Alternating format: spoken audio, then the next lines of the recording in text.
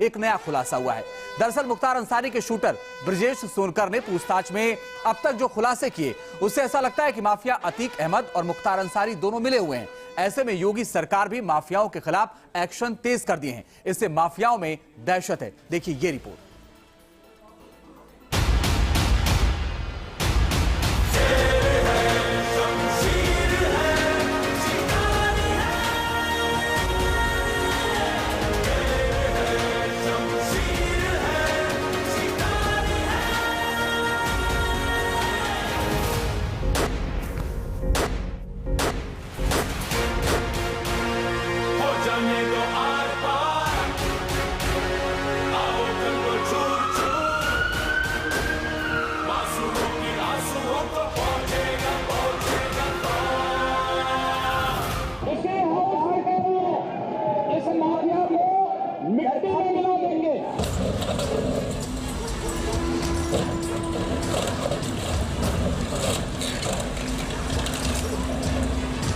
कभी सरकार और पुलिस को अपने रौब के सामने बौना समझने वाले माफिया अतीक अहमद और मुख्तार अंसारी अभी खौफ में जी रहे हैं। ऐसा खौफ कि दिन का उनका चैन और रात की उनकी नींद हराम हो चली। उनकी बर्बादी तो सामने दिख रही है, सपने में उन्हें उनका अंत भी दिखाई देने लगा। योगी सरकार के बुलडोजर एक्शन ने माफियाओं को सख्ते में डाल दिया है। ये तो महज उनके खात्मे का ट्रेलर था।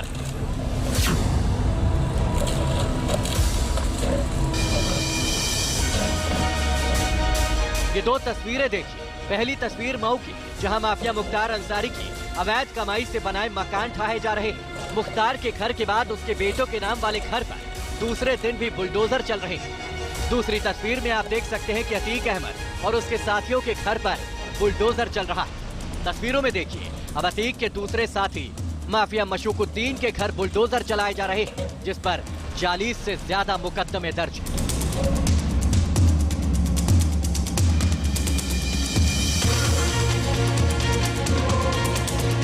उमेश पाल हत्याकांड में जब पुलिस ने मुख्तार अंसारी के शूटर ब्रजेश सोनकर को मऊ से उठाया तो पूछताछ में उसने खुलासे किए। उससे इस हत्याकांड का मुख्तार कनेक्शन सामने आ गया। तो क्या मुख्तार अंसारी और अतीक अहमद ने यूपी में खौफ पैदा करने के लिए गठजोड़ किया हुआ?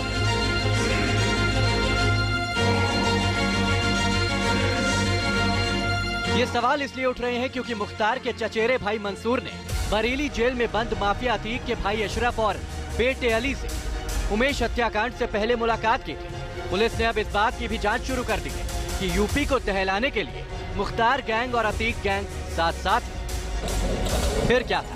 मुख्तार अंसारी के खिलाफ योगी सरकार का बुलडोजर एक्शन शुरू हो गया।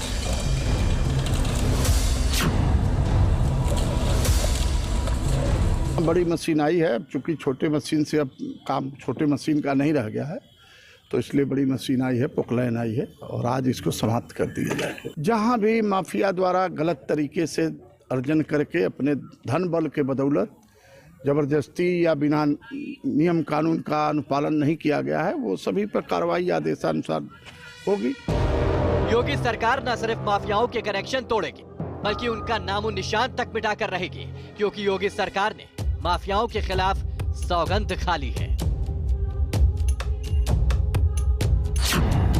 सौगंध माफियाओं के खात्मे की, सौगंध प्रदेश को माफियाओं से मुक्ति दिलाने की, सौगंध लोगों को माफियाओं के आतंक से बचाने की।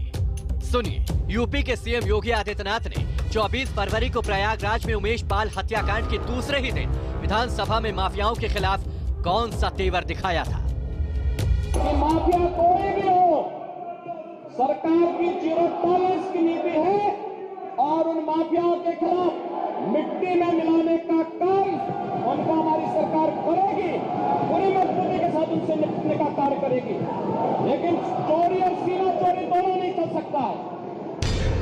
योगी सरकार माफियाओं के खात्मे के लिए 2 लेवल पर काम कर रही है। एक तो उनके आर्थिक साम्राज्य को तोड़ने का और दूसरा उनके खिलाफ सर्च ऑपरेशन चलाया जा रहा है। ऐसे में क्रिमिनल भागने की कोशिश करते हैं तो उनका एनकाउंटर भी हो रहा है।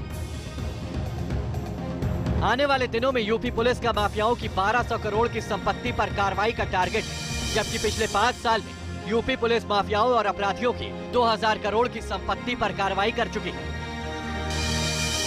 योगी सरकार ने प्रदेश के 50 टॉप माफियाओं को निशाने पर रखा है। यही नहीं, यूपी की धरती को माफियाओं से मुक्ति दिलाने के लिए यूपी पुलिस की 12 टीमें उन अपराधियों की तलाश में है जो उमेश पाल हत्याकांड से जुड़े हैं। इनमें अतीक अहमद का बेटा असद, उसकी पत्नी शाइस्ता परवीन, अतीक का बमबाज गुड्डू मुस्लिम, जफर अहमद समेत कई शूटर शामिल हैं। उमेश पाल हत्याकांड में जिस गाड़ी से शूटर पहुंचे थे वो अतीक अहमद के करीबी नफीस के रिश्तेदार रुखसार के नाम से। अब पुलिस फरार रुखसार और उसके शौहर की तलाश में जुटी है। नफीस से अभी पूछताछ जारी है, साथ ही उसके और उसकी बीवी के बैंक खाते भी खंगाले जा रहे हैं। यही नहीं, पुलिस ने शूटरों को पकड़ने के लिए मोबाइल भी सर्विलांस पर लगाए हैं। यूपी पुलिस माफियाओं और अपराधियों की धरपकड़ में तेजी से लगी और बुलडोजर एक्शन तो हो ही रहा है।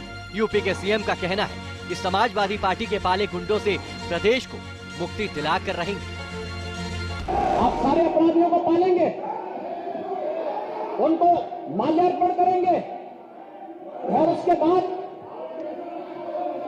तमाशा बनाते हैं आप लोग।